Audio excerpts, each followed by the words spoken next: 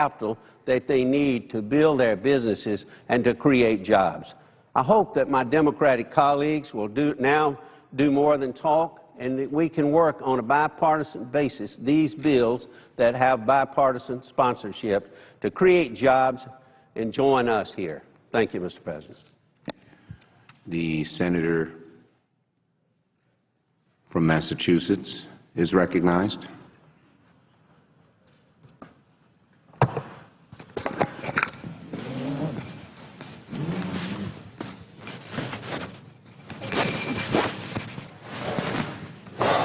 Mr. President, thank you. Mr. President, this is one of those times when, on the floor of the United States Senate, we hear a proposal that people characterize as one thing, but it is, in fact, anything but what they're characterizing it as. What I just heard a good senator from Mississippi talking about this. We don't want to slam the brakes on development, he said. We don't want to have the FCC intrusion. So they're trying to say to the American people that they want to liberate the Internet, when in fact what they want to do is imprison the Internet within the hands of the most powerful communications entities today to act as the gatekeepers who will control the ability of the Internet to do the very kind of development that brought us here. What they're talking about, their concept, this CRA challenge, is a wolf in sheep's clothing. It's that simple. And so I think colleagues need to really step back and think about how the Internet got to be what it is today, when it was developed. I know the senator from West Virginia, the chairman of the committee, and I were members of the Commerce Committee back in the 1990s when we wrote the Telecommunications Act of 1996, and we thought, you know, we were pretty clever and we wrote a good act, and within 6 months of writing that act, it was obsolete, because all of our conversation was about telephony at a moment where, because of the Internet, the entire discussion was about to become about data transmission and the movement of information over the Internet. And that has never been sort of fully revisited. But the reason we have a Google today, the reason we've had this incredible development of Internet retail business, of all of these websites, of Facebook and so many more, is because of the open architecture of access to that Internet, which I would remind everybody in America was created by government money in government research. It came out of an effort to develop a communication system for our country in the case of nuclear war. And so we created, through DARPA, ARPA, research that produced this communications network, and then the private sector saw the opportunity, and a whole bunch of very creative people rushed in and made the Internet what it is today. Overturning the rules, as the CRA proposes to do, would put the very open architecture that has created this extraordinary agent of communication and commerce and family communication and all of these things that it's done for business, it would put it at risk and discourage investment in companies at the edge of the Internet that really could be the next Google or the next Amazon. Overturning these rules would actually hurt our competitiveness and economic growth, and they would diffuse the creative energy that has driven the Internet to be what it is today. Because if you overturn what they're doing today, you take the reality of the Internet and you put it in the hands of the gatekeepers. Everything that goes over the Internet today goes either through your telephone at home or television or whatever, through cable, out of your house, or the airwaves. But if we're not having an open architecture on the Internet, then the people who control those access points can start discriminating about who gets access at what speed. And if you control who gets access at what speed and begin to charge more for that, you begin to have a profound impact on the ability of any business to develop and a profound impact on the access that consumers have come to anticipate with respect to the Internet. The network neutrality, think about this. We're talking about neutrality. We are standing here trying to defend neutrality. The other side is coming here and trying to create a new structure where the process will be gamed once again in favor of the most powerful. I mean, this is really part of the whole debate that's going on in America today about the 99% who feel like everything is gamed against them and the system is geared by the people who have the money and the people who have the power who get what they want. That's what this debate is about. The network neutrality rules that the FCC has promulgated are based on the principle that everybody should support, called promoting transparency of broadband service operations, preventing the blocking of legal content and websites, and prohibiting discrimination of individuals, applications, and other websites. That's what we are for. And this CRA is an effort to undo the FCC's ability to protect those principles. Establishing those principles has actually brought about certainty and predictability to the broadband economy. It ensures that anyone can create a website, anyone can deliver an Internet-enabled service with the certainty that it's going to be made available to everybody else on the Internet. Innovators now know that they're not going to have to go ask a big telephone company, hey, Verizon, hey, AT&T, will you guys please let us have access so we can go do this thing? Oh, well, maybe we'll do that, but we're going to charge you in order to do that. I mean, they completely destroy the openness that is provided, this ability for anybody in America to sit in their home or school or somewhere and come up with an idea and innovate. That freedom to innovate, the freedom to innovate, is what has made the Internet the platform for economic and social development that it is today, and a vote for the CRA is a vote to stifle that.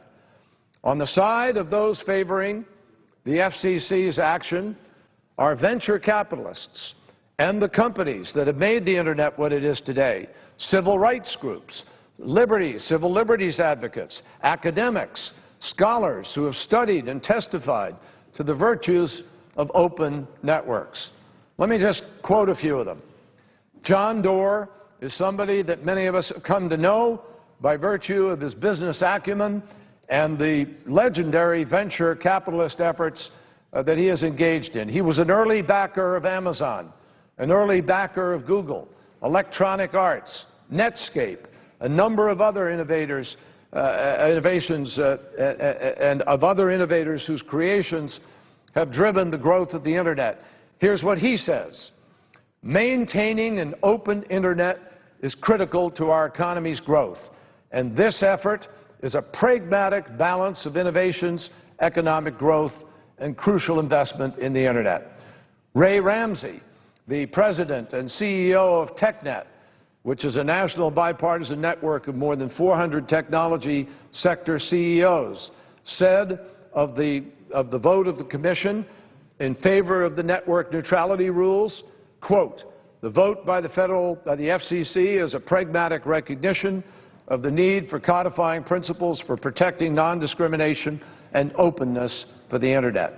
Charlie Ergen, the president and CEO of Dish Network, said, "The Commission's order is a solid framework for protecting the open Internet.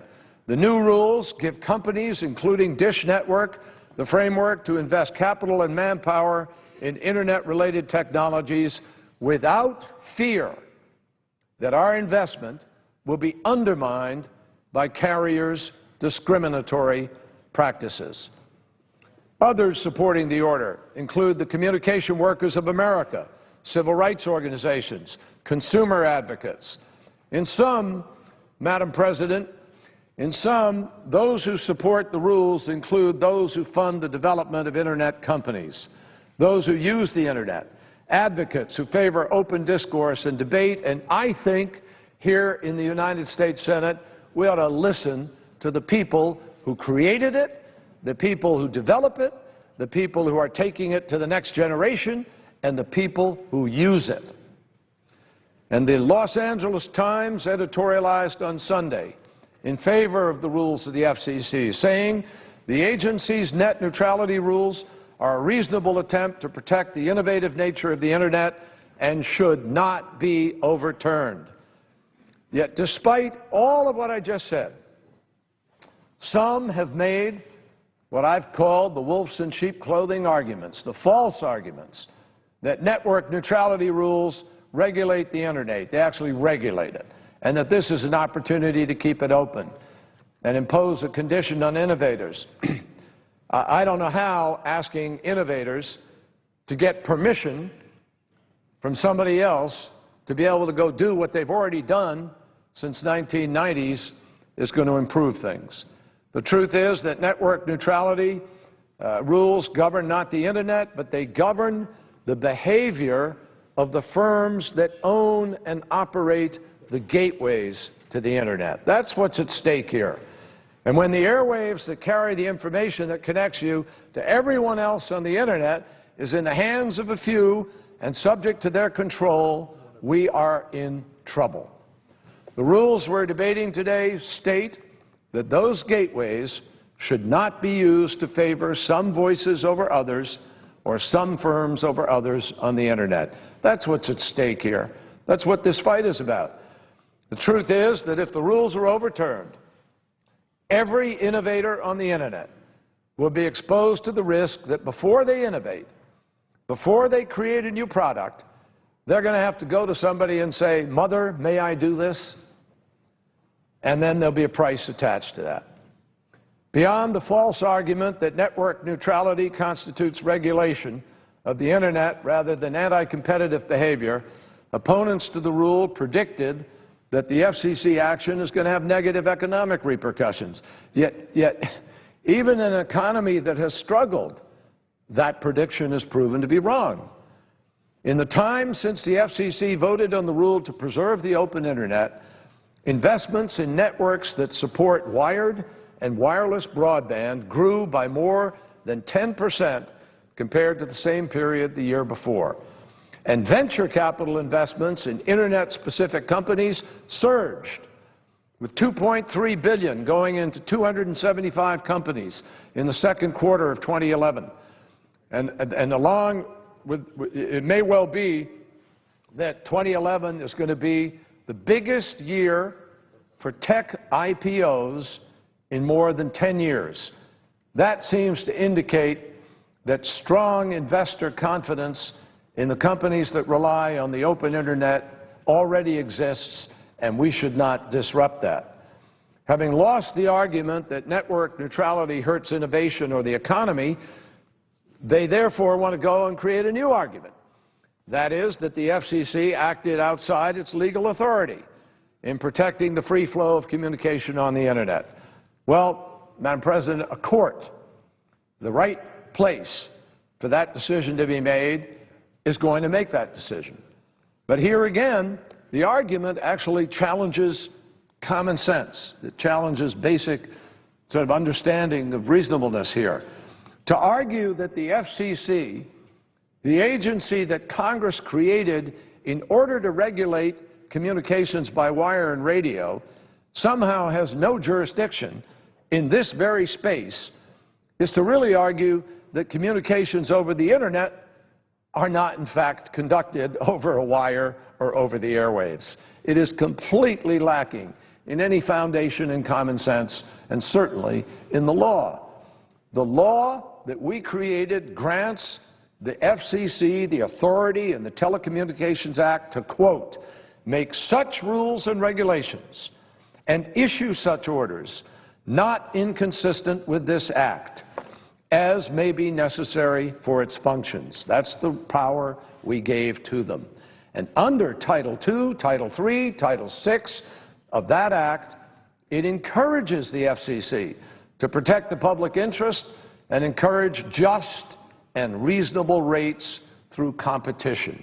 That is precisely what net neutrality achieves. It is precisely what we achieve under the rules of the FCC. And under Title VII, the FCC is mandated to take immediate action to remove barriers to infrastructure investment and promote competition in the telecommunications market if advanced telecommunications is not being deployed in a reasonable and timely fashion. That can be determined on a case-by-case basis, and we obviously can continue as we have since the early 1990s to do this. So there's no good reason for this debate to fall along party lines. I hope it will not be just Democrats who vote to preserve this rule, and I hope we will maintain an open Internet technology and support the open Internet order. I thank the Chair. Madam President. Senator from Texas. Madam President, I know the senator from Minnesota has been waiting to speak, and I certainly would yield to him. I would like to be recognized immediately after he speaks to answer some of the concerns that were raised by the senator from Massachusetts. Without objection. Madam President, Senator from Minnesota. I appreciate the courtesy of the senator from Texas. My understanding is that Senator Murkowski from Alaska is on her way down here. I am scheduled to sit in the chair at 12, and I don't want to step on the senator from Alaska's opportunity to speak. And since Senator from Minnesota is recognized. Huh? You're recognized. Well, I really appreciate both the President and the Senator from Texas's courtesy. Madam President, I rise today to urge my colleagues to vote against the motion to proceed to Senator Hutchison's joint resolution of disapproval, which would repeal the FCC's net neutrality rules. As many of you know, I've repeatedly said that net neutrality is the free speech issue of our time. I still believe that is the case, and I'm here to tell you why we need to do everything we can to stop this partisan resolution in its tracks. But before I get into the reasons why we should oppose this resolution, I think it is important to step back and remember what the American people expect of us. I don't need to tell anyone in this body that Congress's approval rating is at an all-time low. And why is that? Well, I think it has something to do with the fact that we are using our extremely limited, valuable time to debate partisan proposals like this one, rather than working together to create jobs, stimulate our economy, and get Americans back to work. When this resolution of disapproval passed the House back in April, I hoped that that would be the end of it. I hope that my colleagues would recognize that we should let agencies do their jobs and not employ an arcane procedure to erase a rule that the FCC started thinking about in 2004 under Republican Chairman Michael Powell, and again in 2005 when a different Republican chairman, this time Kevin Martin, adopted a unanimous policy statement on net neutrality. When the White House issued a statement indicating the President would veto this resolution of disapproval if it came to his desk, I thought my colleagues would be sensible and would recognize that this was not only unnecessary and foolhardy, but it was also a pointless exercise that would be just a giant waste of everyone's time. But alas, that was not the case, and here we are spending valuable time on two resolutions of disapproval when we should be turning to legislation that will get our economy back up and running again. I hope the votes we take tomorrow will send a strong message that we need to stop these political stunts and work together to create jobs, jobs, and more jobs. But let's get to the substance of why I'm standing here before you today. I'm here today to talk to you about net neutrality. Net neutrality is a simple concept. It's the idea that all concepts, all content, and applications on the Internet should be treated the same, regardless of who owns the content or the website. This is not a radical idea, and it certainly isn't a new one. You may not realize it, but net neutrality is the foundation and core of how the Internet operates every day and how it has always operated. When scientists and engineers were creating the basic architecture of the Internet, they decided they needed to establish some basic rules of the road for Internet traffic. One of the fundamental design principles of the Internet was that all data should be treated equally, regardless of what is being sent or who is sending it. That is net neutrality. It is the same principle you rely on every day when you use the Internet. And it's the same principle that your phone companies must adhere to when they connect your phone calls. They can't discriminate based on what you say or who you call. And the founders of the Internet thought the same should be true about data traveling across networks. Everything and everyone should be treated the same. This principle of non-discrimination is baked into the DNA of the Internet. This isn't radical or new. This is about having a platform that is free and open to all, regardless of whether you are a big corporation or a single individual, and regardless of whether you pay a lot of money to speed up how fast your content gets to your customers. Net neutrality is what we all experience today when we log on to our computers, and it is what we have always experienced since the very beginning of the Internet. I think it is important to focus on that point for a minute, because our opponents are telling you something quite different, and they are wrong. Net neutrality is not about a government takeover of the Internet. And it isn't about changing anything. Net neutrality and the rules that the FCC passed are about keeping the Internet the way it is today and the way it always has been. You know, we take for granted that we can access Google's search engine as easily as we can access Yahoo or Bing, or that Netflix videos download as easily as the videos your friends uploaded onto YouTube last night. We expect that emails arrive at their destinations at the same speed, regardless of who is sending them. And we take for granted that the website for your local pizzeria loads as fast as the website for Domino's or Pizza Hut. And that is one of the reasons I care so very much about this issue. This isn't just about freedom of speech. It is also about protecting small businesses and entrepreneurs of all sizes. Net neutrality is and always has been, in my mind, about protecting the next Bill Gates and the next Mark Zuckerberg. Facebook and Microsoft don't need our help today.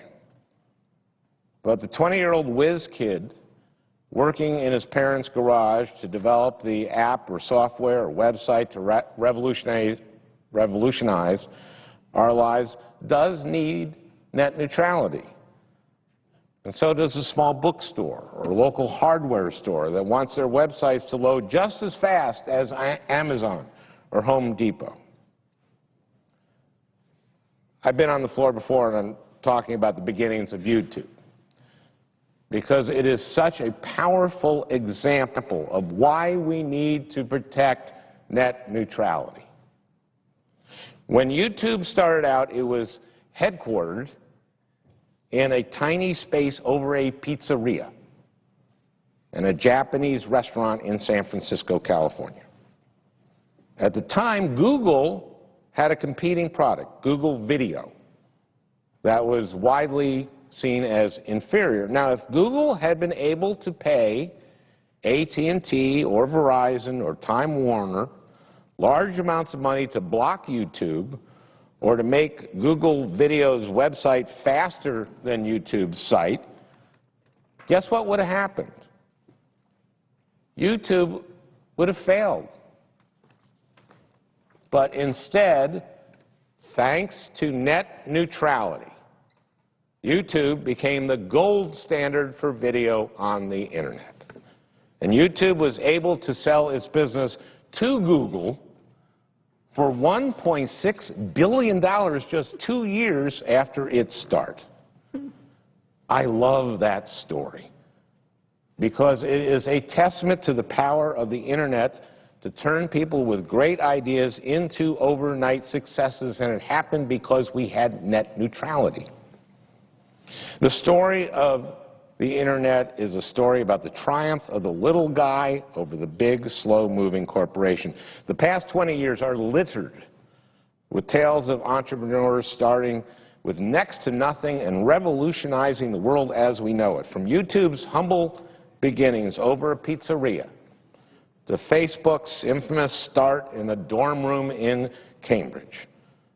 The web-based products we use every day are the result of a great idea and the drive to make that idea a reality. But here is what you won't hear from our opponents. Facebook and YouTube and countless other web-based products might not have existed today if it were not for net neutrality. Without net neutrality, MySpace or Friendster, remember them? Well, they could have partnered with Comcast to gain priority access or to block Facebook altogether. Blockbuster could have paid AT&T to slow down or completely block streaming of Netflix videos. Barnes & Noble could have paid Verizon to block access to Amazon.com. Imagine a world where the corporation with the biggest checkbook can control what you see and how fast you access content on the Internet. Fortunately, that is not the world we live in today, and thanks to the FCC, that is not the world we are headed for. The FCC's rules will ensure that no matter how much money or power you have, a young kid working in her parents' basement in Duluth can out-innovate the biggest corporation simply because she has the best idea. This is exactly why top Silicon Valley venture capital and angel investment companies support these rules. These companies are the ones funding the next Mark Zuckerberg, Larry Page, or Sergey Brin, so he can get his product off the ground. They are the ones funneling millions and millions of dollars to entrepreneurs, which is why I think we should listen to them. The CEOs of eBay, Netflix, Amazon, Facebook, and YouTube have also joined in a letter supporting the FCC's rules. They say, and I quote, "Common sense baseline rules are critical to ensuring that the Internet remains a key engine of economic growth, innovation, and global competitiveness," unquote. I think we should listen to them. And we should listen to companies like Microsoft, Yahoo, Google, IBM, and Qualcomm. These companies also support the FCC's rules because they recognize that they couldn't have grown to be the tremendously successful companies they are today without a free and open Internet. And that's what we're asking for. That's all we're asking for. When our opponents get up here and tell you that these rules will stifle innovation and halt growth, I want you to think about what they are saying. And I want you to ask yourself, why would so many of the leading technology companies of the last 2 decades support what the FCC is doing if they think it will hurt innovation? It doesn't make any sense because it isn't true. Net neutrality and the FCC rules will protect the innovators and entrepreneurs that have made the Internet what it is today and what it will be tomorrow. But don't take my word for it. Listen to experts from Bank of America, Goldman Sachs, Citibank, Wells Fargo, Merrill Lynch, and Raymond Jones. These companies have all stated that they do not believe the FCC's current rules will hurt investment. Citibank said the FCC's rules were, quote, balanced, and Goldman Sachs said they were, quote, a light touch, and created, quote, a framework with a lot of wiggle room. And what is even more telling is that investment in networks that support wired and wireless Internet has jumped since the announcement of the FCC's rules. In fact, investment is more than 10% higher in the first half of 2011 than in the same period last year. And venture capital firms poured $2.3 billion into Internet-specific companies in the second quarter of 2011. I think these numbers speak for themselves. And they tell a story of surging investor confidence following the FCC's vote on these rules, not the doomsday portrayal that you'll hear from our opponents. Protecting innovation in this country is particularly important given the state of the telecom industry today. I don't need to tell you that telecom corporations have grown larger and fewer. You know this in part because you have seen your cable, internet, and telephone bills rising and rising and rising. And what else have you seen? Customer service has gone straight out the window. When you're angry that you wasted another day waiting for a Comcast repairman to come install a cable internet line in your house, or you're irritated that you've been put on hold by Verizon for the fifth time in a single call, and you finally decide to switch companies, you may realize that you don't have another choice. 70% of households in this country have only one or two choices for basic broadband internet service. And the majority, 60% of households, only have one choice for high-speed broadband. This is appalling for many reasons. It affects prices and quality of service and choice for customers. But is ultimately why we need net neutrality, because we need to make sure that the companies play by the rules. As control over the Internet has shifted into the hands of a smaller and smaller number of corporations, we need to make sure that those companies aren't able to dictate the speed of traffic based on how much a content provider can pay or prioritize their own content over other companies' content.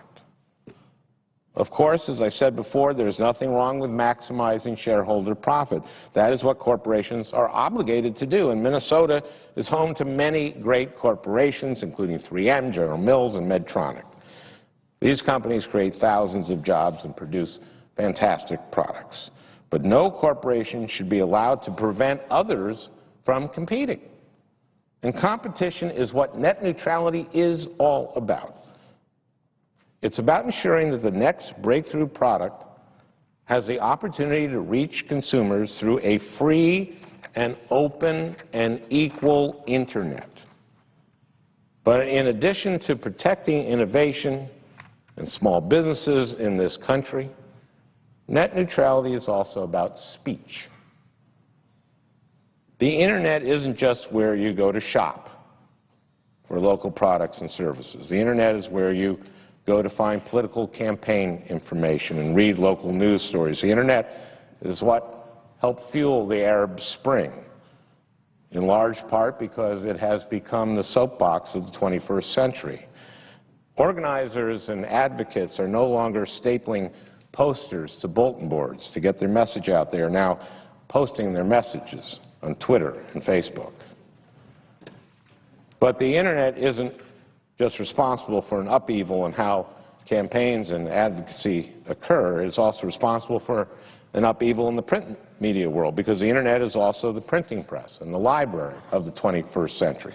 This is why it is so important that we make sure that the corporations providing you Internet service play by the rules and aren't able to profit by speeding up or slowing down your access to certain news websites or other places you go to access information.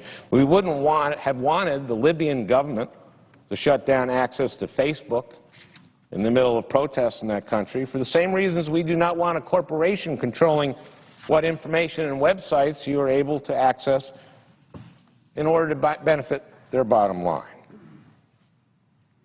Now, you know that I've been a proponent of net neutrality for a long time. You've heard me say, Madam President, over and over again how net neutrality is about keeping the Internet the way it is. But the truth of the matter is that the FCC rules, while a step in the right direction, are very conservative. I wish the FCC had done more, but the FCC wanted to reach a consensus. And they made a concerted effort to address many concerns of telecommunications companies, large and small, when they drafted these rules. For our opponents to now claim that the FCC ignored public opinion or failed to consider the impact that these rules would have on businesses, it's just not true.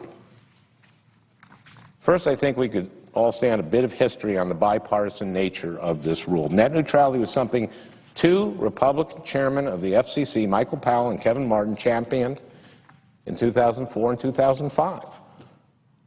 Chairman Powell first articulated a set of net neutrality principles, and Chairman Martin, a year later, achieved unanimous commission endorsement of the FCC's open Internet policy statement. In 2006, 11 House Republicans voted in favor of net neutrality on the floor. And the gun owners of America, the Christian Coalition, and the Catholic bishops joined with the ACLU, MoveOn.org, and the leading civil rights group to advocate for the same principles of openness and freedom on the Internet. This debate started 7 years ago, and only after reviewing more than 100,000 public comments and holding 6 public workshops did the Commission finally issue a rule. To claim that this was premature or rushed or not carefully considered is just plain wrong. I also think it is completely inaccurate for my opponents to claim that the Commission never analyzed the costs and benefits of this rule. In fact, there is an entire section of the rule entitled, quote, "The benefits of protecting the Internet's openness exceed the costs," unquote. I urge my colleagues to read this section of the Commission's order. It covers 4 pages and contains over 25 lengthy, detailed analytic footnotes. It is clear that the Commission considered the costs and benefits of acting, and they concluded that, quote, "There is no evidence that prior open Internet obligations have discouraged investment," unquote, and that, quote, "Open Internet rules will increase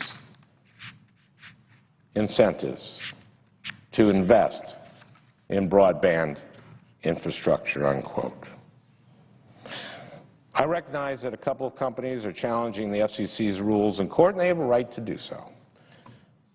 But this resolution of disapproval amounts to a little more than political gamesmanship from a small number of fringe organizations. I think it is important to note that not a single large telecom company supports this resolution of disapproval.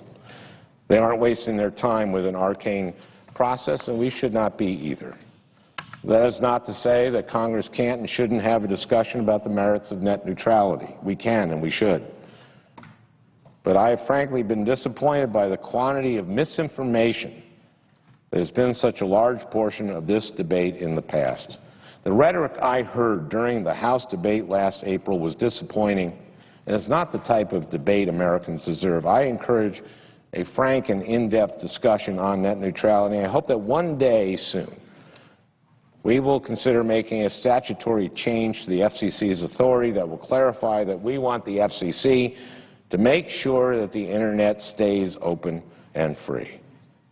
That will put the issue to rest for good, and it's frankly the process that we should be relying on. By forcing an up or down vote through the Congressional Review Act, we are short-circuiting the normal legislative process and ignoring the FCC's tremendous work on this issue. This resolution of disapproval is a procedural stunt that wastes our limited time, which should be used to address the real problems that Americans face every day. And at the end of the day, the problems of Americans are why we're here. I love hearing from Minnesotans, and I got a really great email the other day. The letter was from a group of 5 self-proclaimed, highly credentialed computer geeks, including a professor, a startup founder, an ex-Googler, and a non-IBMer, a non-ex-IBMer. In their email, they wrote that, quote, "The free market will drive innovation in the Internet, but careful regulation is needed to preserve the freedom of the markets from coalitions of companies that will seek to reduce competition." They noted, and I quote, "History promises that the leading companies will work together to create a monopoly that they can control and so they can make more money and disrupt innovation," unquote. I'm glad that they and thousands of Minnesotans have taken the time to write and call to tell me how much preserving net neutrality means to them. These highly credentialed computer geeks are right. The free market will drive Internet innovation as long as that market is truly free and open, free from corporate control, and open to all content providers equally. These constituents and millions of Americans don't want Congress engaged in political sparring matches designed to appease a few vocal critics.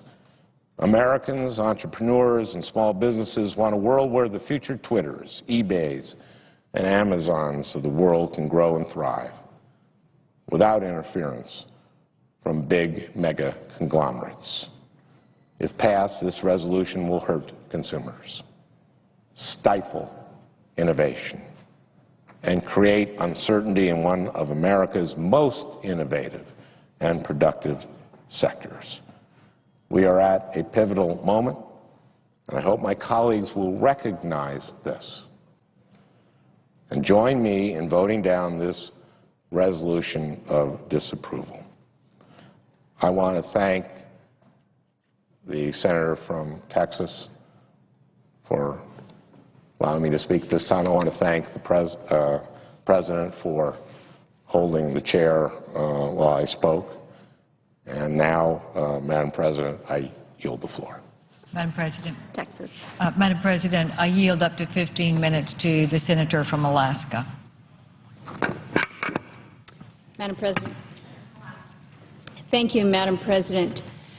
A lot of discussion, of course, about jobs in this country, where they are, what we can do to help incent them.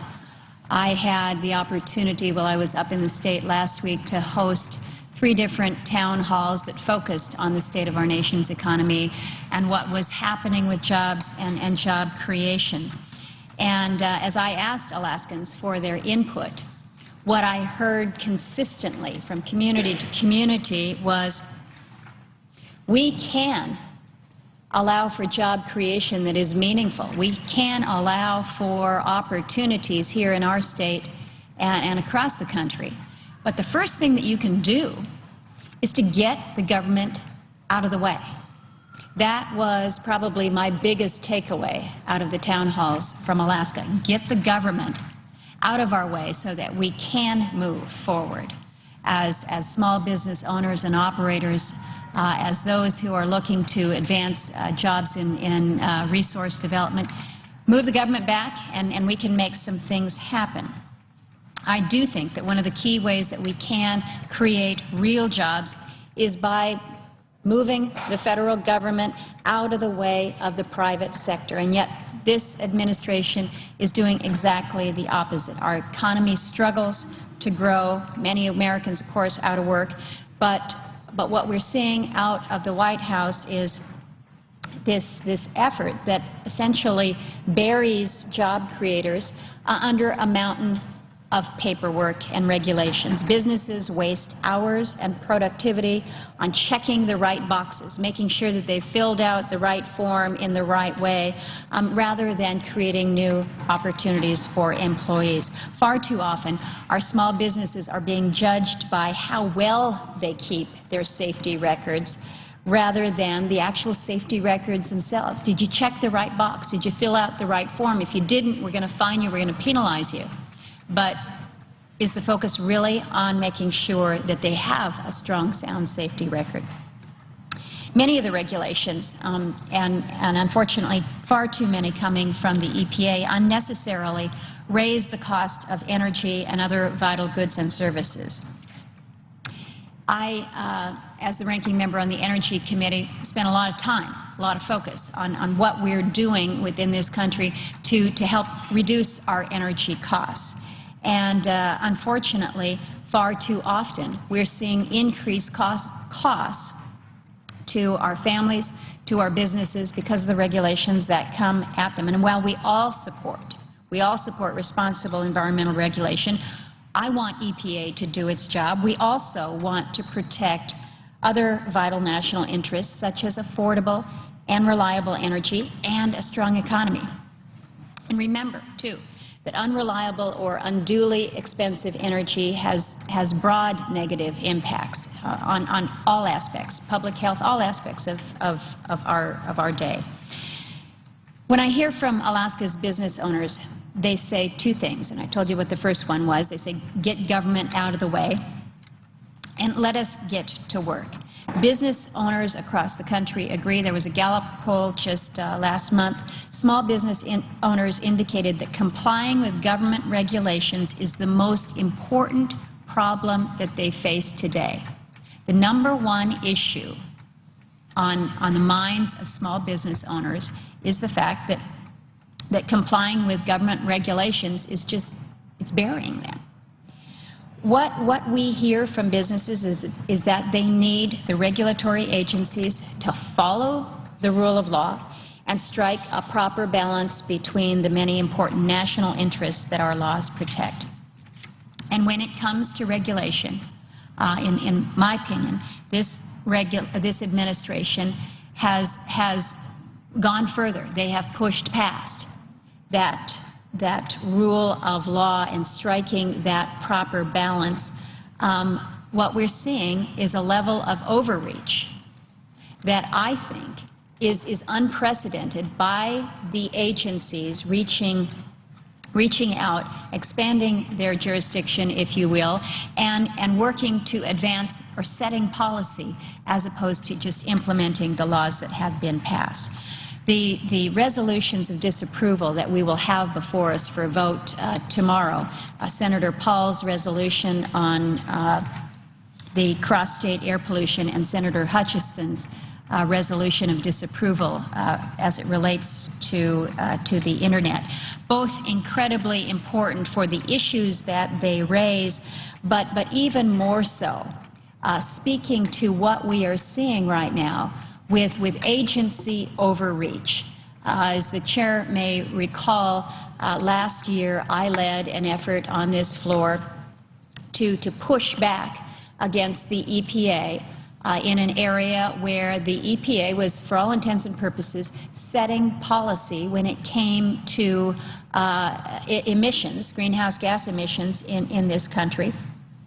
I strongly believe, I firmly believe that the role of the agencies is to implement the laws that we have passed, not to go ahead and set policy. So I share the concerns that Senator Hutchison and Senator Paul have raised with the two rules that are at issue today.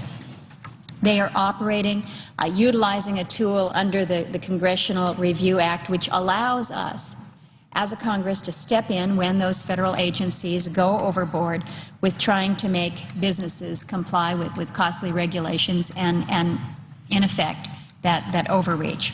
Let's first discuss very briefly Senator Paul's resolution to disapprove the Environmental Protection Agency's cross-state air pollution rule. I've seen it referred to the acronym as either CASPER or ZAPPER, but because neither one of those sound like anything that we could relate to, I'll just refer to it as the cross-state pollution rule. This rule should not go forward at this time for a number of reasons, not the least of which is its potential to impact on electric reliability. Independent grid operators and the independent professionals who we count on to assess electric reliability have expressed concerns about subjecting generators of electricity to the rule, especially on the current timetable that they're dealing with. The EPA simply needs to take another look at those impacts and what this rule will do to electricity costs. There have been a number of independent studies that have pointed to the impact of EPA's rules generally, including the cross-state pollution, and what that impact would be on existing electric generation capacity. The predictions differ on magnitude, but project the retirement of as much as 8% of the nation's installed electric generating capacity. Now, again, I'll grant you there's a range of differences here, but potentially as much as 8% of our country's installed generating capacity could be brought offline. That's significant, Mr. President. I've asked the FERC for a reliability analysis on this. We've gone kind of back and forth in terms of getting that assessment. There will be a technical conference at the end of the month that hopefully will lead to a better understanding. But the long and the short of it is, right now, we know that we don't know exactly how much could be impacted by this rule and others. More specifically, the rules generally and the cross-state pollution rule alone could lead to more intense regional impacts. Texas, for example, wasn't even included in the proposed rule, but as a consequence of the final rule could see some very significant power plant retirements and hence potentially significant adverse impacts on reliability. The Midwest, according to the grid operator there, could also see retirements of electric capacity with attendant challenges for keeping the lights on. In addition to the reliability impacts, there's also going to be cost impacts. The cross-state pollution rule is the first of a number of pending rules to go final, and the EPA has made some major changes between that proposed rule and the final rule. The agency has even proposed significant technical adjustments as recently as last month, even though the rule is slated to go final by the end of, well, at the beginning of this next year. But putting aside the merits of the corrections, and I understand that they don't go far enough, the EPA should be sent back to the drawing board to learn more, understand more about the potential reliability impacts, and then should amend the substantive requirements of the cross-state pollution rule so that those required to comply can comply. If EPA had looked carefully at the reliability issue in the first place, there probably wouldn't be reason for the delay, but they acted in haste, and haste makes waste. Now, Mr. President, I want to speak quickly to Senator Hutchison's resolution of disapproval regarding the FCC net neutrality rule. The rule put into place by the FCC in 2010 circumvents Congress. It assumes authority that this body never consented to. We cannot allow the executive branch to go down this road. We just should not allow it. No provision of any statute explicitly gives the FCC the authority to impose these sweeping rules on the Internet.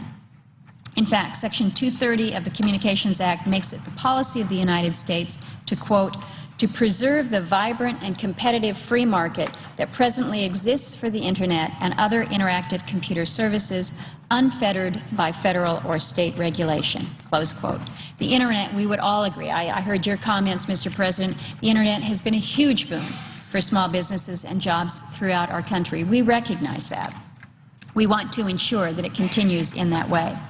To quote the FCC Commissioner McDowell from a Wall Street Journal op-ed, he says, net neutrality sounds nice, but the web is working fine now. The new rules will inhibit investment, deter innovation, and create a billable hours bonanza for lawyers, close quote. So unless the administration is trying to create jobs for lawyers, I don't find any justification to expand the government's reach to regulate the Internet as the FCC proposes. Once again, what we're seeing is an agency stepping in to regulate in an area where the laws simply did not contemplate. Mr. President, for all of these reasons, and because the federal government needs to stop overburdening our country with costly regulations at a time that we can least afford it, I support both the resolution of disapproval from Senator Hutchison as well as the resolution of disapproval from Senator Paul. Thank you, Mr. President, and I yield the floor. Mr. President. Senator from Oregon.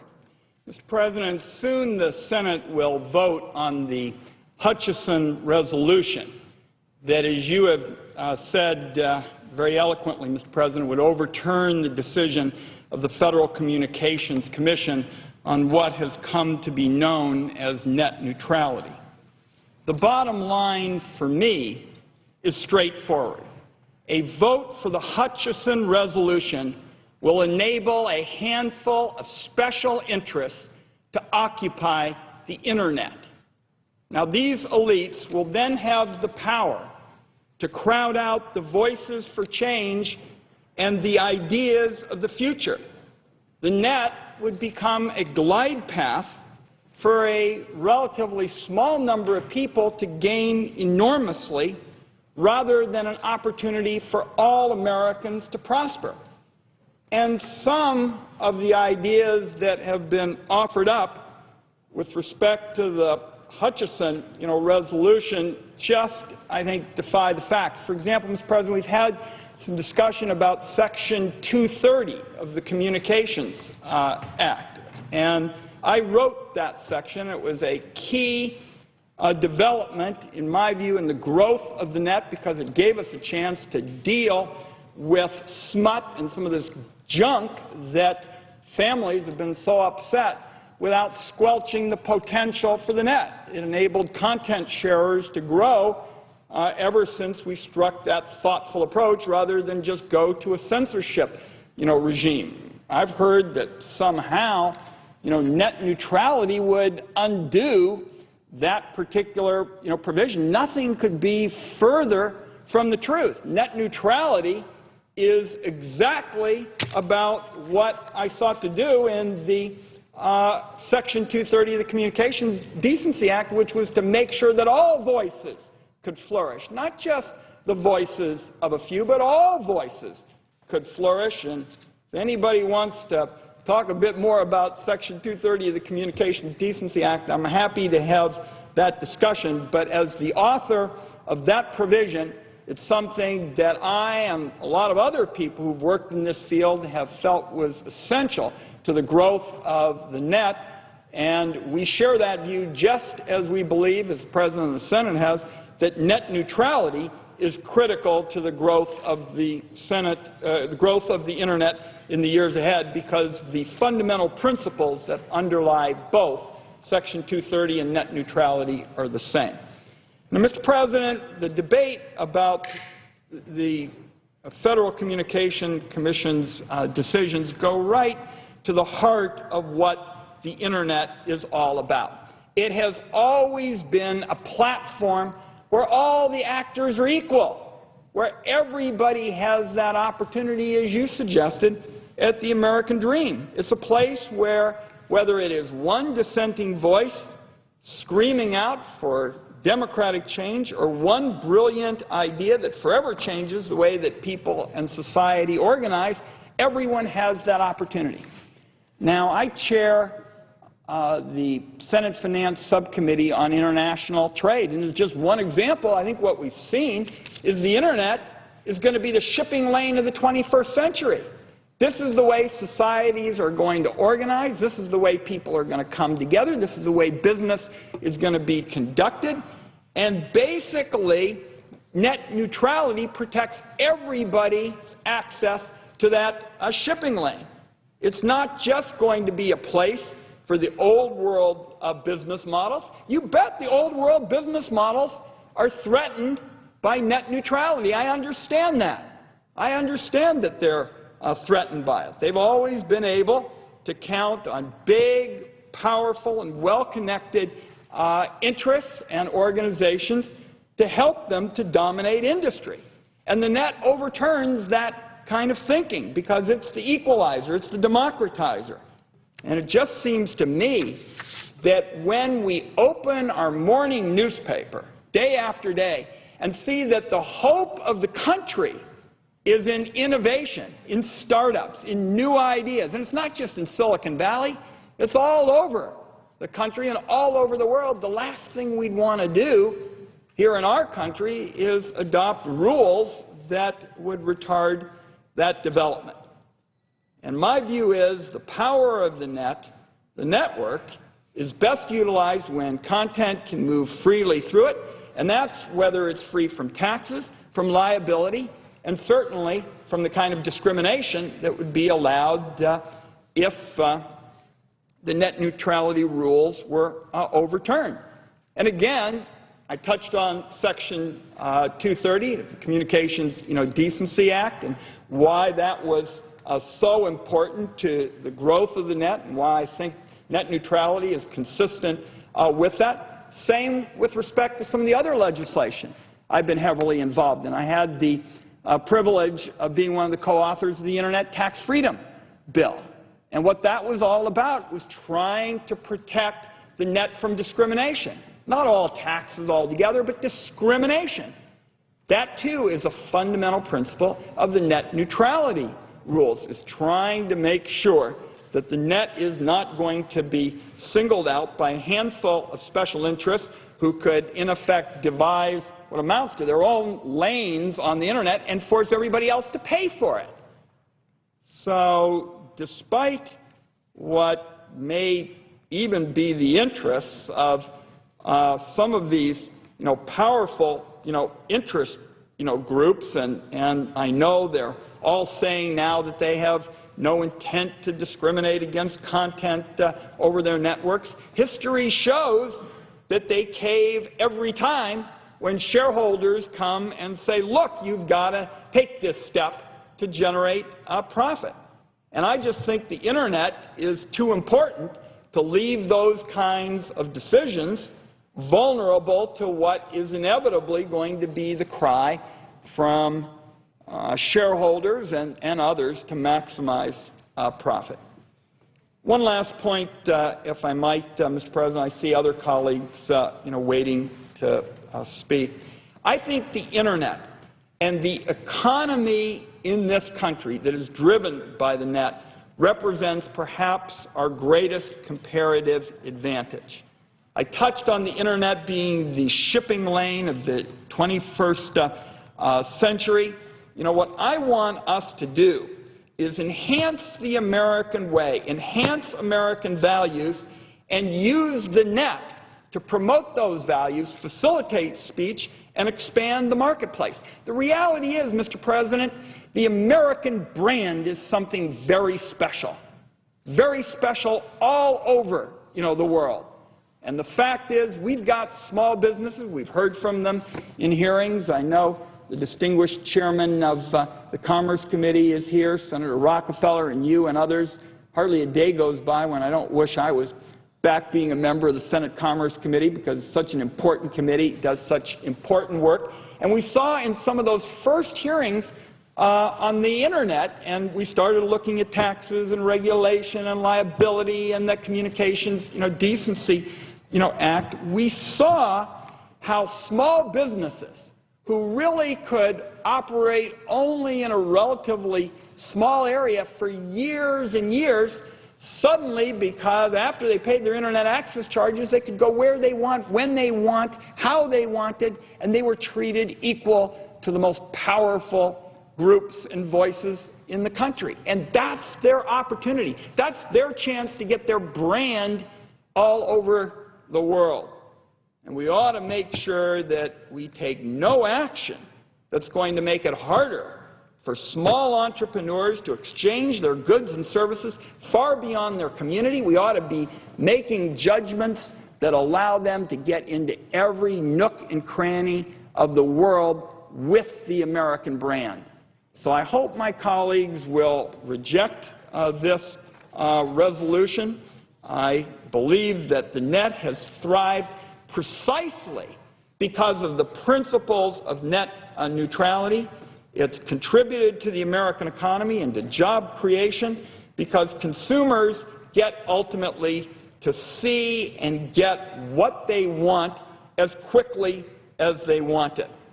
So, Mr. President, it's going to be an important vote. I heard you say that this was something of an issue for geeks, and from time to time people have said I'm one of those.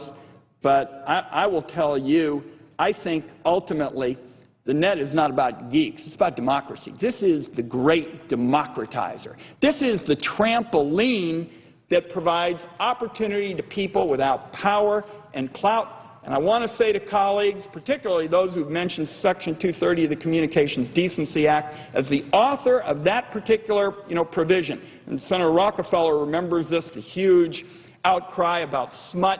We were all concerned about smut at that time, and we said there's a choice.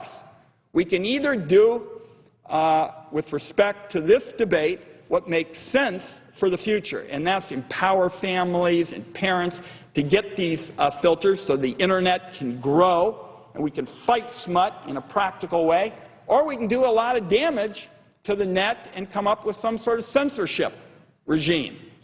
And as colleagues remember, essentially both approaches were included in the bill, and the approach that mandated censorship was struck down. Freedom won. The principles of net neutrality won in that first big battle fighting smut 15 years ago.